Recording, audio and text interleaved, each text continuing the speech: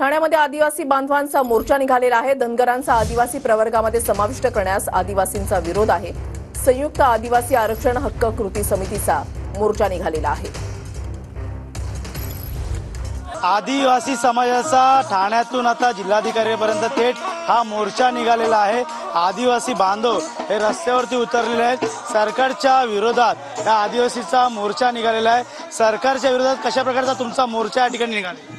आमचा जन आक्रोश मोर्चा अशा पद्धतीने आदिवासी बांधवांच्या विरोधात ज्या सरकारने औरणमध्ये धनगर आणि धांगड यांच्या विरोधात आमच्या जर आदिवासी अनुसूचित जमातीमध्ये जर यांना सबमिट करायचा प्रयत्न केला तर आम्ही आदिवासी बांधव कधी संपवत घेऊन घेणार नाही। आणि आदिवासी बांधवांचा हा लढा आहे का त्या जाती आमच्यात काय त्यांना 3.5% धनगरांना दिलंय।